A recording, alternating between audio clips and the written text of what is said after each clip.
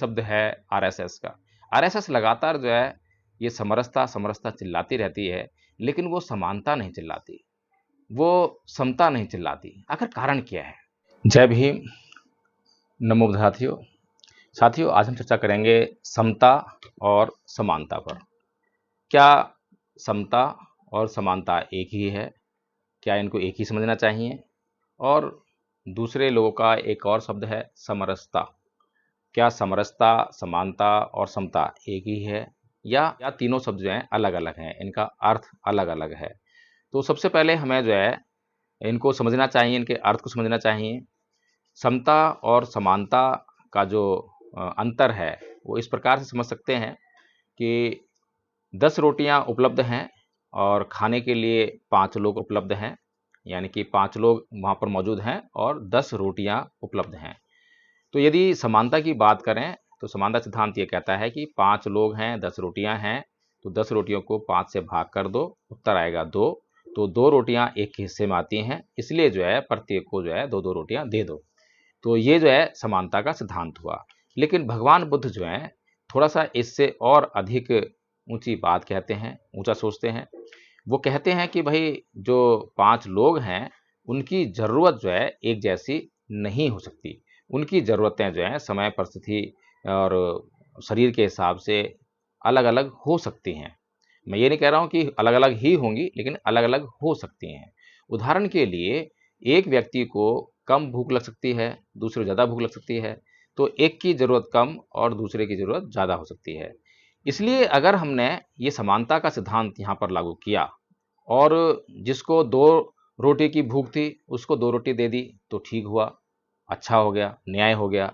लेकिन कहीं दूसरे व्यक्ति को 3 रोटी की भूख थी, लेकिन उसको हमने जो है 2 ही रोटी दी, तो उसको 1 रोटी का जो है उसके साथ में अन्याय हो गया। इसी प्रकार से अन्य व्यक्ति को जो है केवल 1 रोटी ज़रूरत थी और उसको हमने 2 रोटी दे दी, तो वहाँ भी जो है 1 रोटी का अन्याय जो है हो गया। अब वो 1 रोटी का क्या करेगा? 1 रोटी का वो संचय करेगा और वो संचय करने से जो है उसके भीतर फिर से जो है वही लोभ, लालच और निजी स्वार्थ की जो प्रवृत्ति है वो उत्पन्न होने लगेगी। इसीलिए जो है ये समता का सिद्धांत बहुत महत्वपूर्ण है। समता का सिद्धांत कहता है कि जिसको जितनी आवश्यकता है उसकी पूर्ति की जानी चाहिए। ना तो आवश्यकता से कम देना चाहिए और ना ही आवश्यकता से अधिक देना चाहिए। उदाहरण के लिए अगर हमें किसी जगह पर एक रोड बनाना है और उस रोड पर जो है उस जगह पर बहुत सारे गड्ढे बने हुए हैं, तो उस पर रोड बनाने के लिए सबसे पहले हमें भूमि को समतल करना पड़ेगा। तो हमें जो है गड्ढों में मिट्टी डालनी पड़ेगी, मिट्टी डालकर उसे समतल करना है। तो किसी गड्ढे में जो है कम मिट्टी डालनी पड़ेगी, कम गहरा है, कोई गड्ढा ज़्यादा गहरा है। तो अगर हमने जो है रोड बनानी है और समतल रोड बनानी है, अच्छी रोड बनानी है, तो हमें इस बात का विशेष ख्याल रखना पड़ेगा कि कौन से गड्ढे में कितनी मिट्टी की आवश्यकता है। तो इसीलिए जो है ये समता का जो सिद्धांत है बहुत महत्वपूर्ण है और भगवान बुद्ध ने हमेशा एक शब्द का इस्तेमाल किया है सम्यक। ये जो आर्य अष्टांगिक मार्ग में आप हमेशा देखते होंगे सम्मा दिट्ठी, सम्मा संकप्पो, सम्मा वाचा, सम्मा वायामो, सम्मा कम्मंतो, सम्मा सति, सम्मा समाधि। हर एक शब्द के साथ में जो है सम्मा लगा हुआ है। सम्मा मतलब सम्यक। सम्यक यही है उचित, यानी कि जिसको और जहाँ जितनी आवश्यकता है उतना ही काम किया जाए, उतना ही उसको दिया जाए और अनुचित ना किया जाए। अगर आप अनुचित करते हैं अपने साथ भी अनुचित ना करें। अगर अपने साथ भी अनुचित करते हैं तो आपको भी नुकसान होने वाला है। आवश्यकता से अधिक कोई काम करेंगे, कोई भोजन ग्रहण करेंगे तो नुकसान होगा, आवश्यकता से कम करेंगे तो भी नुकसान होगा। अब तीसरा शब्द है समरसता। ये शब्द जो है नया इजाद किया है और ये शब्द है आरएसएस का। आरएसएस लगातार जो है ये समरसता समरसता चिल्लाती रहती है, लेकिन वो समानता नहीं चिल्लाती, वो समता नहीं चिल्लाती। आखिर कारण क्या है? तो अगर आरएसएस जो है समरसता समरसता चिल्ला रही है और समानता नहीं चिल्लाती है, समता नहीं चिल्लाती है, तो फिर हमें एक बात तो समझ जानी चाहिए कि ज़रूर दाल में कुछ काला है और दाल में अगर काला है, तो उनसे जो है बात करनी पड़ेगी, उनसे उनका सिद्धांत समझना पड़ेगा। तो उनसे जब हम सिद्धांत को समझते हैं, तो वो कहते हैं कि समरसता का मतलब ये है कि भई देखो उठ-बैठ हो सकती है, यानी कि एक जाति जो है दूसरी जाति के साथ में आपस में खाने-पीने का व्यवहार कर सकती है, और उठने बैठने व्यवहार कर सकती है, जो कि अभी तक जो है समाज में नहीं था। ये बात भी बड़ी गौर करने लायक है, क्योंकि वो खुद ही इस बात को स्वीकार कर रहे हैं। अगर वो समरसता का सिद्धांत भी लेकर आ रहे हैं और समरसता के अंतर्गत वो ये कहना चाह रहे हैं कि भाई देखिए, हम जो है आपस में समान तो हो नहीं सकते। ये बात भी बिल्कुल साफ-साफ कहते हैं कि वो हम आपस में समान तो हो नहीं सकते, जातियाँ तो बनी रहेंगी। लेकिन ये जातियाँ जो हैं आपस में व्यवहार करना शुरू कर दें, आपस में एक साथ खाना खाना शुरू कर दें, उठना-बैठना शुरू कर दें, तो इससे इसको जो है वो समरसता कहते हैं। तो ज़ाहिर-सी बात है कि वो स्वीकार कर रहे हैं कि हाँ, अभी तक जो है ये इतनी समरसता भी समाज में नहीं थी, जिसके लिए अब आरएसएस ने प्रयास शुरू कर दिया है।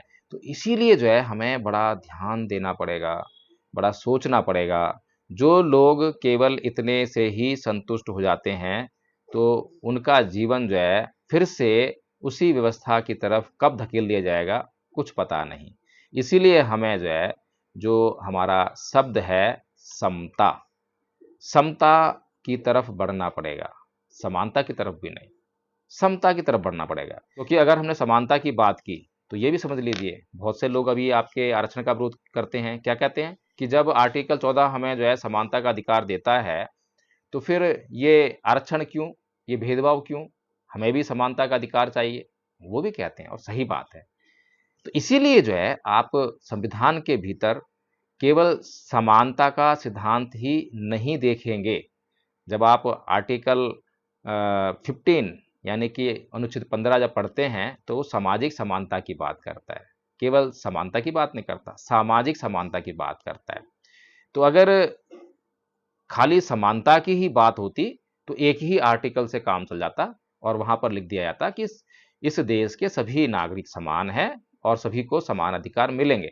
लेकिन ऐसा तो है ही नहीं। संविधान निर्माता को भी पता था और उस समय के तमाम नेताओं को भी पता था कि ऐसा तो है ही नहीं। भारत में सभी लोग समान नहीं हैं, इसीलिए उनके साथ में समानता का व्यवहार नहीं किया जा सकता। इसीलिए जो है भारत के संविधान में ये विशेष प्रावधान किया गया कि ज़रूरत के हिसाब से जिन लोगों को अधिक ज़रूरत है, उन लोगों की जो है पहले ज़रूरत पूरी की जाएगी। जिन लोगों के भीतर पिछड़ापन है, पहले उनका पिछड़ापन दूर किया जाएगा। इसीलिए जो है ये साथियों समझने वाली बात है। आपको लोग जो हैं भ्रम में डाल सकते हैं, मूर्ख बनाने का प्रयास कर सकते हैं, समानता, समानता चिल्लाकर, समरसता, समरसता चिल्लाकर, लेकिन आपको जो है अपनी नज़र केवल एक ही शब्द पर टिकाए रखनी है और वो है समता। क्योंकि समता को ही ध्यान में रखकर अनुच्छेद 15 आया है, अनुच्छेद 16 आया है। अगर आपकी समता को ध्यान में ना रखा गया होता, तो आपके लिए आरक्षण की व्यवस्था नहीं की जा सकती थी। क्योंकि उन लोगों ने परम पूज्य बाबा से डॉक्टर भीमराव अम्बेडकर ने इस बात को अच्छी तरह से समझा कि समाज में जो है कुछ लोगों की स्थिति जो है बहुत गड़बड़ है, बहुत हीन है, बहुत दयनीय स्थिति में है। इसलिए अगर उनको कुछ मदद नहीं की गई, कुछ एक्स्ट्रा हेल्प नहीं की गई, तो वो कभी भी जो है इन लोगों का सामना नहीं कर पाएंगे, इन लोगों के साथ में मुख्य धारा में नहीं आ पाएंगे और फिर हम कभी भी एक राष्ट्र का निर्माण नहीं कर सकते। एक राष्ट्र को राष्ट्र बनने के लिए ये बहुत ज़रूरी है कि उस देश की सीमाओं में जितने भी संसाधन हैं, वो सभी संसाधन उस देश में रहने वाले लोगों के दुखों को दूर करने में निहित किए जाएं, लगाए जाएं। और ये तभी संभव है जब हम इस बात का निर्णय करें कि किसको कितनी ज़रूरत है। तो इसलिए आदरणीय साथियों, हमें इन तीनों शब्दों का मतलब समझकर और सामने जो लोग आपका शोषण करना चाहते हैं, आप पर अत्याचार करना चाहते हैं, आपको गुलाम बनाए रखना चाहते हैं, उनकी मंशा को जानकर हमें बड़े ध्यान से इनका इस्तेमाल करना है और कभी भी आपको जो है समानता और समरसता जैसे शब्दों में फंसकर नहीं रह जाना है, बल्कि आपको जो है समता को अच्छी तरह समझना है, समता को धारण करना है, समता का प्रचार करना है। और सबसे बढ़िया बात तो ये है कि सभी समस्याओं का एकमात्र हल है बौद्ध धर्म। और ये बात जो है मैं नहीं कह रहा हूँ, बल्कि विश्व का सबसे बड़ा विद्वान परम पूज्य बाबा श्री डॉक्टर भीमराव अंबेडकर जैसा विद्वान कह रहा है। और उस विद्वान को जो है इस दुनिया ने the sun, the symbol of knowledge, the greatest Indian जैसे खिताब दिए हैं। और परम पूज्य बाबा श्री डॉक्टर भीमराव अंबेडकर की जो महानता है, केवल इन बातों से ही साबित नहीं होती है कि उनको कोई उपाधि दे दी जाए, उनके नाम के आगे कुछ शब्द जोड़ दिए जाएँ, बल्कि उन्होंने जो कार्य इस देश के लिए, इस समाज के लिए किया है, उस कार्य के हिसाब से उनको महान हम जो है कह सकते हैं। इसीलिए परम पूज्य बाबा साहब डॉक्टर भीमराव अम्बेडकर ने भारत को बौद्धमय करने के लिए कहा है और धम्मपद संघ इस दिशा में बहुत ही महत्वपूर्ण कार्य कर रहा है। धम्मपद संघ ने भारत को बौद्धमय करने के लिए सबसे पहले उन कारणों की जाँच की कि क्यों ये भारत जो है अभी तक बौद्धमय नहीं हो रहा है, भारत में बौद्ध धर्म का प्रचार क्यों नहीं हो पा रहा है? क्योंकि बौद्ध धर्म के बारे में तो बहुत गुणगान सुना है, बौद्ध धर्म के बारे में तो बहुत अच्छी-अच्छी बातें सुनी हैं कि ये वैज्ञानिक धर्म है, ये श्रेष्ठ धर्म है, दुनिया का सबसे अच्छा धर्म है, तो फैल क्यों नहीं रहा? कारण क्या है? इसी कारण को जानकर धम्मपद संघ ने एक कोर्स का निर्माण किया। कोर्स का निर्माण इसलिए किया क्योंकि जब तक हम सीखेंगे नहीं, जानेंगे नहीं कि बौद्ध धर्म क्या है, तो हम लोगों को बताएँगे क्या? और जब तक हम लोगों को बताएँगे नहीं कि बौद्ध धर्म क्या है, तो जानेंगे क्या लोग जो है? और जब तक लोग बौद्ध धर्म क्या है जानेंगे नहीं, तो उसे अपनाएँगे कैसे? उसे जब तक व्यवहार में नहीं लाएँगे और व्यवहार में लाने के बाद जब तक उनको लाभ नहीं होगा, तो कैसे उनको पता चलेगा कि ये वैज्ञानिक है, ये बहुत लाभकारी है, गुणकारी है, बहुत अच्छा है, श्रेष्ठ है? तो इन बातों को तभी कोई व्यक्ति जान सकता है जब वो इस धम्म के बारे में कुछ जाने। इसीलिए धम्मपद संघ ने बहुत ही अच्छा कोर्स तैयार किया है। प्रथम वर्ष का कोर्स बेसिक कोर्स है, सबको आना चाहिए। पढ़े लिखे हो या अनपढ़ कोई फर्क नहीं पड़ता, हम आपको कराएंगे ये कोर्स। अभी तक अनपढ़ महिलाओं और पुरुषों ने पाली हिंदी में ये कोर्स कर लिया है। अगर आपको ये कोर्स आता है, ये कोर्स याद कर लेते हैं, तो धम्मपद संघ आपको गारंटी देता है कि आपका जीवन बदलने वाला है। तो साथियों, अगर आपको ये कोर्स करना है, तो ये जो स्क्रीन पे नंबर फ्लैश हो रहे हैं, आप तुरंत संपर्क करें और तुरंत संपर्क करके और ऑनलाइन कोर्स हो रहा है। कहीं आपको फिज़िकली जाने की ज़रूरत नहीं है किसी स्कूल, कॉलेज में और सबसे बड़ी बात ये है कि कोई आपके लिए टाइमिंग की प्रॉब्लम नहीं है। 24 घंटे में आप जब कहें, जब आपको ये कोर्स सिखा सकते हैं। 24 घंटे में केवल आपको जो है 15-20 मिनट देने हैं रोज़ के और 15-20 मिनट अगर आप दे देते हैं, तो आप खुद से एक अच्छे बौद्ध बन सकते हैं और जब आप खुद से एक अच्छे बौद्ध बन जाएँगे, तो निश्चित तौर पर भारत को बुद्धमय करने की तरफ भी आप भी कार्यरत हो जाएँगे।